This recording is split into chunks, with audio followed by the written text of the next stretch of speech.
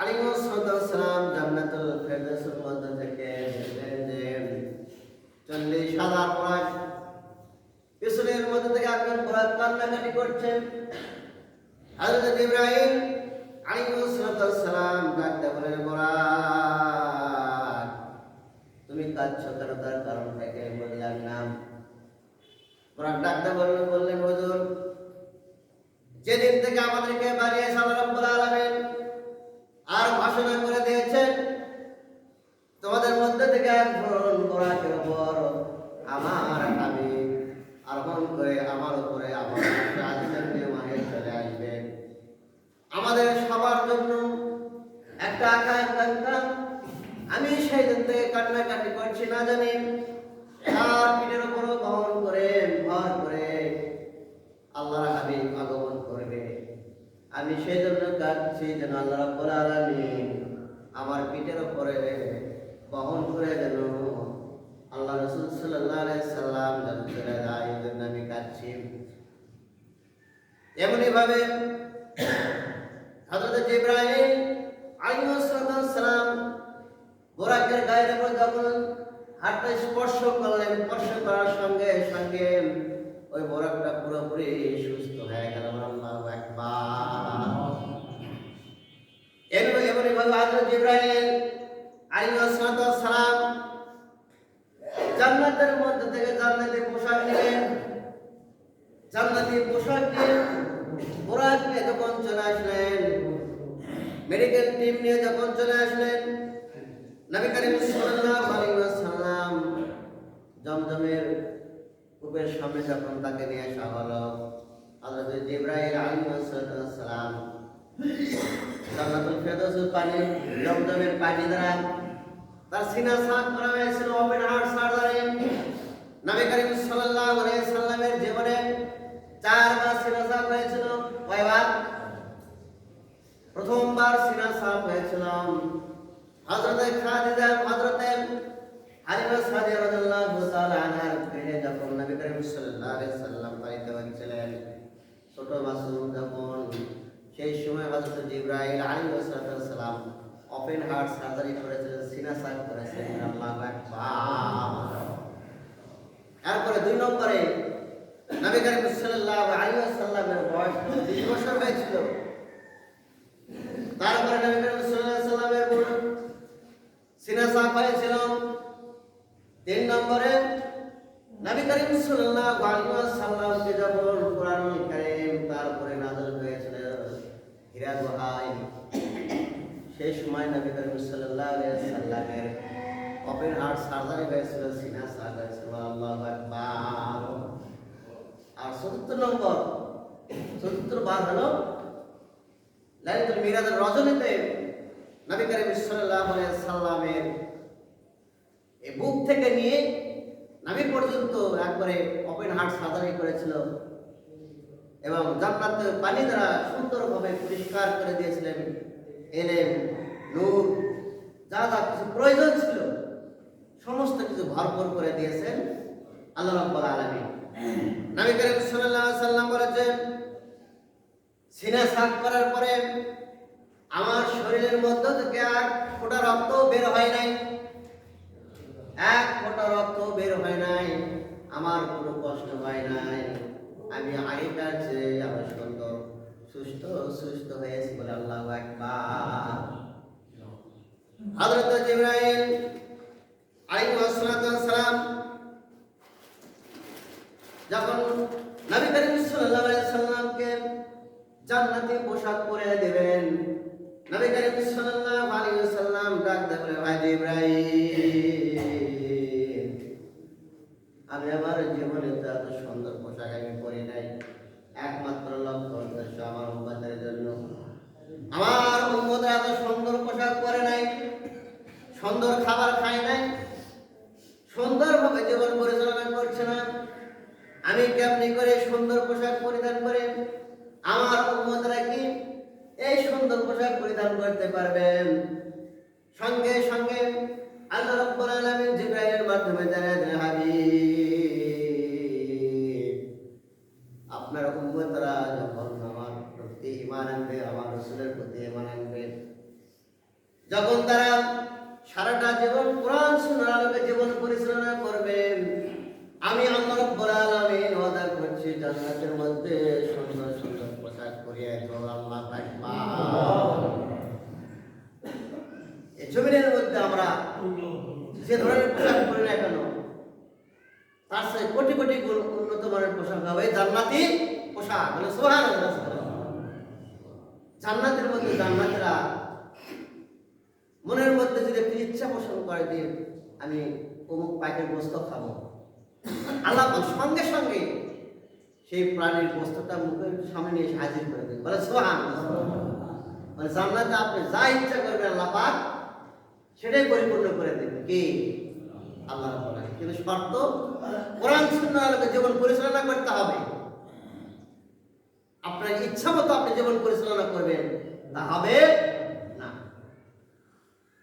কি মন করা জীবন পরিচালনা করলে হবে? মন করা জীবন পরিচালনা করলে হবে না। তাহলে জান্নাতি পোশাক পাইতে গেলে কার হুকুম মানতে হবে? কার তরিকায় চলতে হবে? রাসূলের তরিকায় চলতে হবে। এবার নবী করিম সাল্লাল্লাহু আলাইহি ওয়াসাল্লাম ওয়াদা দিলেন, বোরাকে উঠবেন। বোরাক তখন ছটফট করছে, কান্না করে শুরু করে দিয়েছেন। নবী করিম সাল্লাল্লাহু আলাইহি ওয়াসাল্লাম বললেন, বোরাক তুমি এমন অবস্থায় করছো কেন? তার কারণটা কি আমি বুঝলাম না। বোরাক হালমাল করে কান্নাকাটি শুরু করে দিল। ডাকতে বলল, হুজুর আমার অনেক আশা আকাঙ্ক্ষা, একটা প্রার্থনা আপনার নিকট আমি করতে চাই।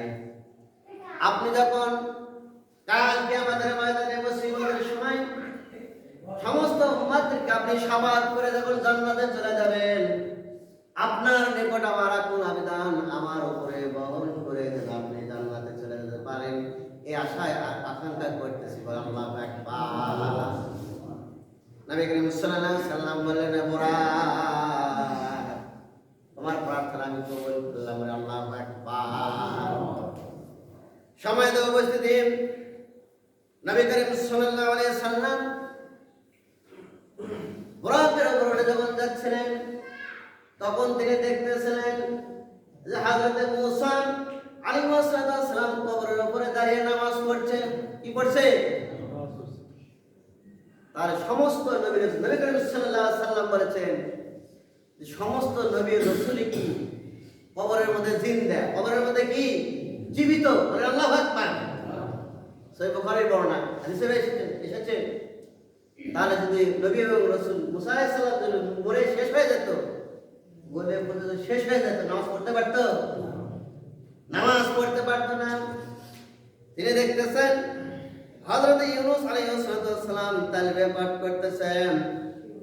জিবরাইল আলাইহিস সালাম কিছুদিন যাওয়ার পর, কিছু দূর যাওয়ার পরে ডাক দিয়ে বলেন, হুজুর এখানে একটু অপেক্ষা করুন। ইয়া মুহাম্মদ সাল্লাল্লাহু আলাইহি ওয়াসাল্লাম আনজিল ফাসাল্লি, আপনি এখানে দুই রাকাত নামাজ আদায় করুন। আল্লাহু আকবার। নবী করিম সাল্লাল্লাহু আলাইহি ওয়াসাল্লাম দুই রাকাত নামাজ আদায় করলেন। জিবরাইল আলাইহিস সালাম বলেন, ক্বালা তাদরি আইনা সাল্লাইতাম? ইয়া রাসূলুল্লাহ, আপনার কি জানা আছে এই জায়গাটার নাম কি? নবী করিম সাল্লাল্লাহু আলাইহি ওয়াসাল্লাম বলেন, ভাই জিবরাইল তুমি তো ভালো জানো আমি তো নামাজ পড়েছি, আমার জানা ছিল না। নবী করিম সাল্লাল্লাহু আলাইহি ওয়াসাল্লামের কথার উত্তরে জিবরাইল বললেন, হুজুর এটা হচ্ছে তাইয়্যিবা মদিনা মুনাওয়ারা, এখানে আপনি কিছুদিন পর হিজরত করবেন। আল্লাহু আকবার। তাহলে 27 রজনীতে রাসূল কারীম সাল্লাল্লাহু আলাইহি ওয়াসাল্লাম নামাজ পড়ছেন কিনা? কথা বলেন না যে নামাজ পড়েছেন, নফল নামাজ। আর অনেক ওলামা আলামা বলতেছে ফেসবুকে, ইউটিউবে যে এই 27 রজনী মানে নামাজই নেই। কি বলেন? শুধু তাই নয়, আর কিছু যাওয়ার পরে নবী করিম সাল্লাল্লাহু আলাইহি ওয়াসাল্লামকে বললেন, একটু ওয়েট করুন, নামাজ পড়ুন 2 রাকাত। ইয়া মুহাম্মদ সাল্লাল্লাহু আলাইহি ওয়াসাল্লাম ফাসাল্লি, নবী করিম সাল্লাল্লাহু আলাইহি ওয়াসাল্লাম নামাজ পড়লেন। হযরত জিবরাইল আলাইহিস সালাম বললেন, ক্বালা তাদরি আইনা সাল্লাইতা? ইয়া জায়গাটার নাম কি আপনার জানা আছে? নবী করিম সাল্লাল্লাহু আলাইহি সাল্লাম বললেন, ভাই জিবরাইল তুমি ভালো জানো। জিবরাইল বললেন, এটা হচ্ছে তুরে সাইনা। হযরত মূসা আলাইহিস সালাম আল্লাহর সঙ্গে সরাসরি কথোপকথন হয়েছিল। আল্লাহু আকবার। আরো কিছু দূর যাওয়ার পরে জিবরাইল আলাইহিস সালাম ডাকতে বলেন, ইয়া রাসূলুল্লাহ, ইয়া হাবিবাল্লাহ, আপনি এখানে একটু অপেক্ষা করুন, 2 রাকাত নামাজ আদায় করুন। নবী করিম সাল্লাল্লাহু আলাইহি ওয়াসাল্লাম 2 রাকাত নামাজ আদায় করলেন।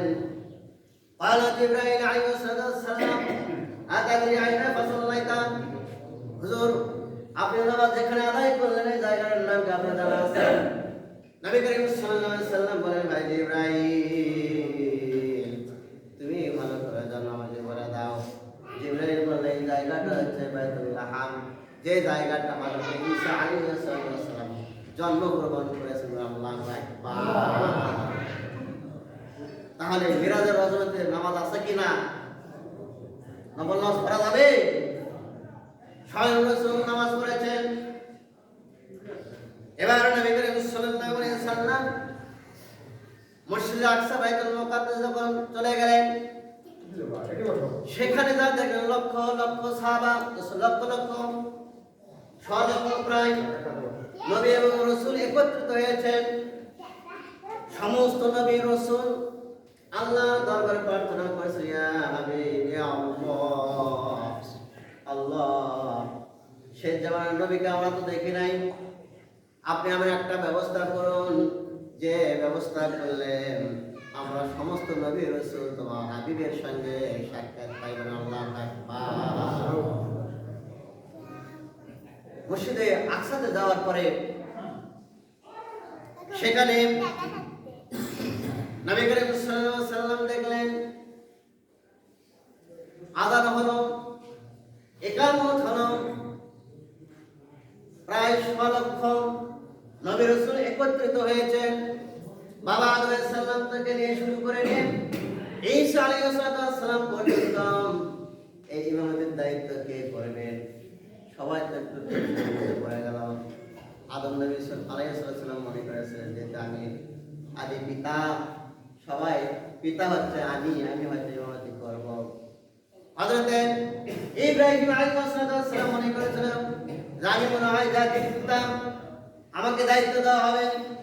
কিন্তু আল্লাহ রাব্বুল আলামিন এমন একজন মানুষকে চয়েস করলেন, ভালোবাসলেন, যে রূহের জগতে যার চরিত্র, যার শ্রেষ্ঠত্ব বর্ণনা করেছিলেন, এই জমিনের মধ্যে তিনি বাইতুল আকসাতে বাইতুল মুকাদ্দাসে 2 রাকাত নামাজের ইমামতি দিয়ে দায়িত্ব বুঝিয়ে দিলেন, যে ইমামতির দায়িত্ব করবেন আমার হাবিব। আল্লাহু আকবার।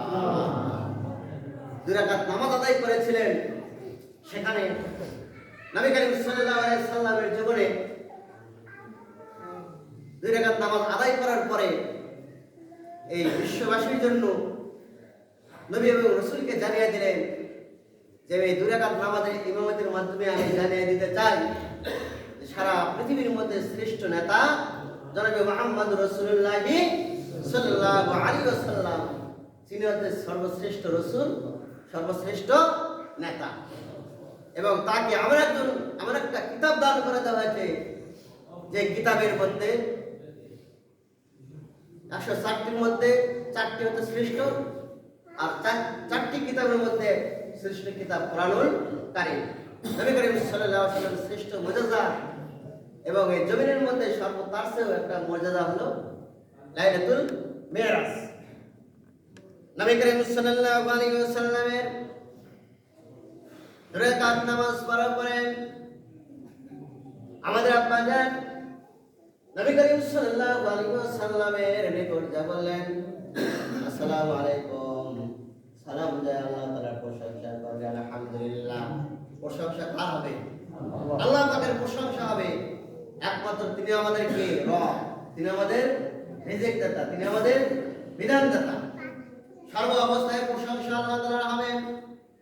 নবী করিম সাল্লাল্লাহু আলাইহি ওয়াসাল্লামের নিকট যা প্রশংসা করলেন, আব্বা জান বললেন, আল্লাহ রাব্বুল আলামিন আমাকে নিজের কুদরতে হাত দ্বারা সৃষ্টি করেছেন, এমন সম্মান বাড়িয়ে দিয়েছেন, এমন একজন আল্লাহ তিনি আমাকে শুধু তাই নয়, আমাকে সিজদা করার জন্য সমস্ত ফেরেশতাকে নির্দেশ দিয়েছিলেন, আমার সম্মান বাড়িয়ে দিয়েছেন। এমন প্রশংসা করার পর হযরত ইব্রাহিম আলাইহিস সালাম সালাম জানালেন, আসসালামু আলাইকুম ইয়া রাসূলুল্লাহ, আসসালামু আলাইকুম ইয়া হাবিবাল্লাহ। সমস্ত প্রশংসা আলহামদুলিল্লাহ রাব্বিল আলামিন, সমস্ত প্রশংসা আল্লাহ রাব্বুল আলামিনের। তিনি একমাত্র আমার রব আল্লাহ রাব্বুল আলামিন আমাকে নমরুদের হাত থেকে বাঁচিয়েছেন। শুধু তাই নয়, আমি যতদিন বেঁচে ছিলাম তার চেয়ে বেশি ভালো ছিলাম, সুখে শান্তিতে ছিলাম। যখন নমরুদ আমাকে 40 দিন আগুনের কুণ্ডের মধ্যে রেখেছিল, সেই সময় আমি সবচেয়ে সুস্থ এবং সুন্দর অবস্থায় জীবন কাটিয়েছিলাম। আল্লাহু আকবার। আগুনের মধ্যে ভালো থাকে না খারাপ থাকে? সাধারণত আমরা আগুনের হাত পুড়ে যাবে না। তার ইব্রাহিম আলাইহিস সালাম নমরুদ যখন আগুনের কুণ্ডের মধ্যে ফেলে দিলেন, ভরসা করেছিল কার উপরে? তার সঙ্গে কেউ ছিল? কেউ ছিল না। এবং একমাত্র আল্লাহ তাআলার উপর ভরসা করেছিল বিধায় আল্লাহ রাব্বুল আলামিন আগুনকে হুকুম করেছিল, আগুন আমার ইব্রাহিমের জন্য একটা পশমও করতে না পারে। আল্লাহু আকবার। এই জন্য চলতে ফিরতে উঠতে বসতে ভরসা করবো কার উপরে? না মানুষের উপরে? সব সময় আপনার বিপদ মুসিবত যা কিছু আসবে না কেন, ভরসা করবো কার উপর? সম্মান দেওয়ার মালিককে, রিজিক দেওয়ার মালিককে। এই জন্য কোনো কিছু জোর করে নেওয়ার ইচ্ছা করবেন না।